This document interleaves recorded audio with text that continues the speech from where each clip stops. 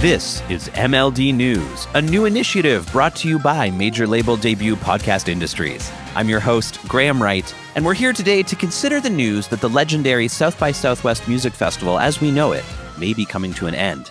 It was initially reported that they were stopping the music festival altogether, which made a lot of people go, whoa. And then they came out and said that, in fact, they're integrating the music part into the tech and film parts, which they say is going to make it bigger than ever before. Whatever the case, this is news that seems to capture the zeitgeist somehow. And so we have assembled the Major Label Debut Current Affairs panel to discuss it. Joining me now is MLD producer, music writer, and appreciator of quality Texas barbecue, John Paul Bullock. John Paul, what is your go-to barbecue dish? I'm a pulled pork man. The truth is, as a Virginian, I prefer the kind of Carolina-style pulled pork barbecue. And I love Texas barbecue, but there is no really sort of comparison between the two. I mean, I think we can live in a world where both exist simultaneously as friends. And certainly in Los Angeles, where I live, there are no good Southern style barbecue places there, but there are plenty of great Texas barbecue places, including Bloodsoe's, which is my go-to spot. So pulled pork forever. That's what I gotta say. And here in Toronto, good barbecue of any time is but a dream. So I thought that perhaps we should start by explaining what South by Southwest is, or at least was. You know, South by Southwest was this kind of unique hybrid music media festival / conference that was started in Austin, Texas in 1987. And every March or so since then, thousands of bands and hundreds of thousands of people have descended on downtown Austin to network and see some music and eat barbecue. And over the last, almost 40 years, South by Southwest has become more focused on TV and film and tech stuff as those industries have grown in Texas. And, for many years, you and I talked about meeting up there, but mostly because I work in TV and March is usually one of my busiest times of year, it never happened for us. And I was always so jealous because I got to see, especially in the early days of social media, you and other friends of mine having a great time down there. And I wanted to hang out, but I was chained to a desk or standing on a set somewhere. But as a young artist and as a more established act, you played there a bunch of times. What was it like? Well, it was just as you say, it always was like one of the great promised lands of the music industry. It was this idea that, everyone goes to this one place and it's the place where dreams come true, or so we were all led to believe. Like the whole music industry is there, it seems like, not just all the bands you know and all the bands you love, but all the labels you want to sign to and all the agents you want to be working with. And just from a business career progression perspective, it's a place where not only can you see anybody, but anybody can see you. And so we went into South by Southwest with like multiple burgeoning dreams and hopes happening simultaneously, certainly for our career, certainly for the idea that like, oh my God, we're going to get there and Rolling Stone magazine is going to see us and put us on the cover or whatever the dream is.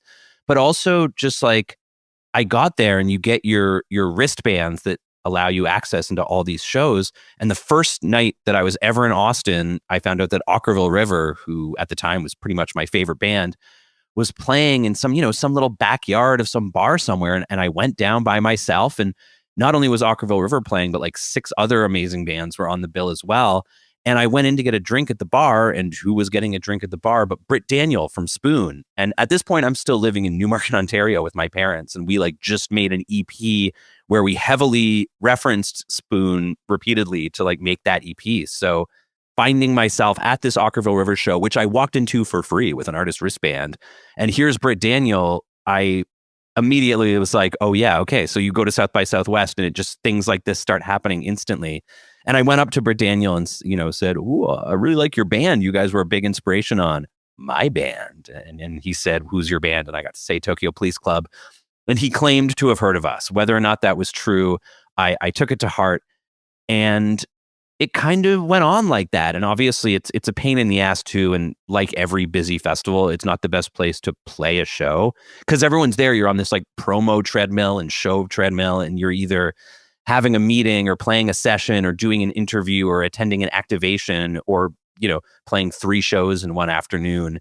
And it's exhausting, but it's also exhilarating. And the whole time you're running into bands, you're meeting new bands, you're making new friends, and it's just this sunshiny, beer-fueled frenzy, which you really were right to be jealous of our experience at. Well, I'm still jealous today, but it does seem like over time that both the festival and Austin has really been taken over by kind of like a corporate sponsorship. And, each year when I would talk to you afterwards or talk to other friends who've been there, I heard lots of people complain that they felt uncomfortable with the way they were being compensated for it and having to play so many shows or play shows that were like sponsored by Taco Bell or Hewlett Packard or Stridex medicated pads or whatever. They still sell Stridex medicated pads. That seems like a Simpsons joke that I'm like, but like, is that a thing now? Well, still, I haven't seen the Stridex medicated pad on this side of the border recently. It might be a tariff thing. But speaking of Simpsons jokes, the classic Simpsons joke where in the video about the perfect town that you see the homeless man turn into a mailbox. In 2012, there was a controversial but true news story out of South by Southwest, which was that in sort of the early days of smartphones, when it wasn't always easy to get signal or whatever, some company had done this initiative they proudly announced where they had turned a number of unhoused men in downtown Austin into, I swear to God, Wi-Fi hotspots. It's truly ghoulish. It's truly ghoulish. And that was sort of, that moment seems like it marked a change in where the energy was settling around Austin, Texas. And obviously you need money to pay for a festival like this. And there was always sponsors and there was always that, this is major label debut. We're here at the intersection of art and commerce, but at the intersection of Red River and 6th, which are the streets in Austin that are sort of the heart of South by Southwest, or were back in the day. Yeah, that balance seemed to get more and more ghoulishly skewed in favor of the money. And that really became the conversation about South by Southwest increasingly, which leads us, unsurprisingly, to this moment, right? Where now the tech part of it is truly eating the music part. I mean, and it became so expensive for bands to actually play there, right? Like if you're bringing like 5 or 6 people down from Canada and you had to get to Austin and then find a place to stay. And it just was a giant chunk of money. And I can't imagine how much that costs now. It's like, I do. And also I do think that like, maybe this is just part of the life cycle of these festivals. Like I was thinking about the movie Trainspotting. There's that line, this sick boy says that's like, he has like a unified theory of life where it's like, at one point you got it and then you lose it. And maybe like South by Southwest just has lost it, or it's transitioned in what it was always moving to being, which was just kind of like a conference where people are wearing lanyards and are going to panels, and then at night going to see a band or some entertainment. And that was always part of it. You'd go, and I certainly went expecting it to just be parties as far as the eye can see. But there was the Austin Convention Center was the center of it. And it was just chock-a-block with, there's a giant room full of people tabling with earplugs and swag bags and, the exact same cheap gift bag crap you would get probably at like a travel agent's convention or whatever people were giving away here. It's just that the people had like chain wallets and cool haircuts. And there used to be lots of competitors for this. Even, I think South by was always the biggest, but there was like CMJ and then there's like a Canadian one, right? That's run by the South by people and North by North, I want to say North by Northwest, like the Hitchcock movie. I know it's not that. North by Northeast. Although I think that I should say there was no affiliation that I'm aware of. I wouldn't want either of the companies to get us in trouble for associating them with the other. I'm not sure which one would take more offense. I mean, maybe it is one of these things where they just collapse under their own weight always. And also the way that we communicate and consume music has changed so dramatically. Maybe young people don't see that much utility in meeting up face to face, especially when you consider the cost of it. Yeah, part of the thing that was so appealing about it was simply the ability to, Tokyo was really lucky when we went down there. We were 2 times, I think we went while we were in the midst of talking to a number of record labels who were competing for our services.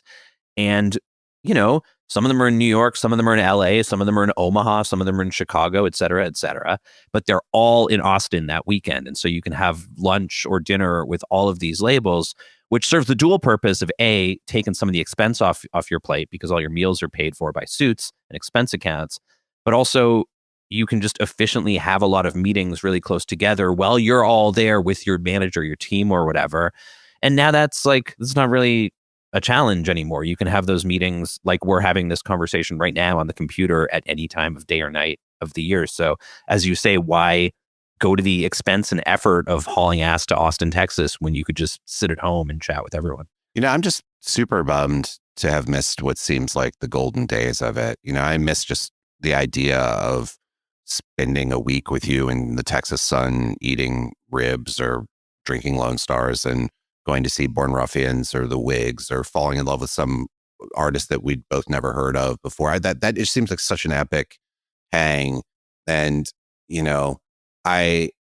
that's what I think about when I think about South by. Like, I mean, would you ever go for this podcast? Could we go together in 2026 as Major Label Debut, have our own panel? I think we have to. I think that we're planting the first seed now that's going to blossom into a beautiful shoe leather reporting expedition to the front lines of South by Southwest a year from now. Can we pitch them a panel about how South by Southwest has changed? If they're smart, that's exactly the kind of thing they could be getting in on, the meta. I like it. Not to be confused with meta. In the metaverse, right, which is literally killing festivals. Well, that's it. I mean, I do wonder sometimes, is this just me getting old? Is this just me mourning the loss of my youth more than the loss of, some elemental thing about South by Southwest?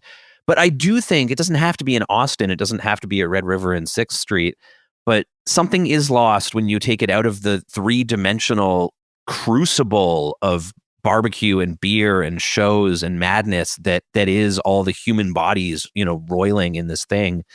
And it's yet another thing that gets flattened into 2 dimensions on the computer screen. And so maybe the new version of the South by Southwest Music Festival will make it better than ever before. And, maybe being close to tech and film and everything will give opportunities to bands that are better than being close to, record labels and publicists that don't have the same reach that they had 20 years ago. I just hope that wherever it takes place, there is some kind of, meet space gathering of musicians and music adjacent people, just because that's that sparks fly better when you're colliding people in person. I really believe that. Well, maybe for our own cynical self-interest, we should start a version of it somewhere and then try to sell it to the people who run South by Southwest. You heard it here first. And if anyone from South by Southwest or Stridex medicated pads is listening, we are open to sponsorship. Please. Well, that's your MLD news. Thank you so much, John Paul Bullock, for joining us. Always a pleasure to have you on the mic. Thank you. And of course, listeners, thank you for listening. And let us know if you liked this, if you'd like to hear more MLD current affairs news panel analysis, because we like to do it and we're always talking about this stuff anyway. And so please like and subscribe or comment and suggest. The show is produced, as always, by Josh Hook and my guest, John Paul Bullock. Hello. Our wonderful theme music is by Greg Alsop, not present. I'm your host, Graham Wright, and I'll see you next time with more breaking news from the intersection of art and commerce.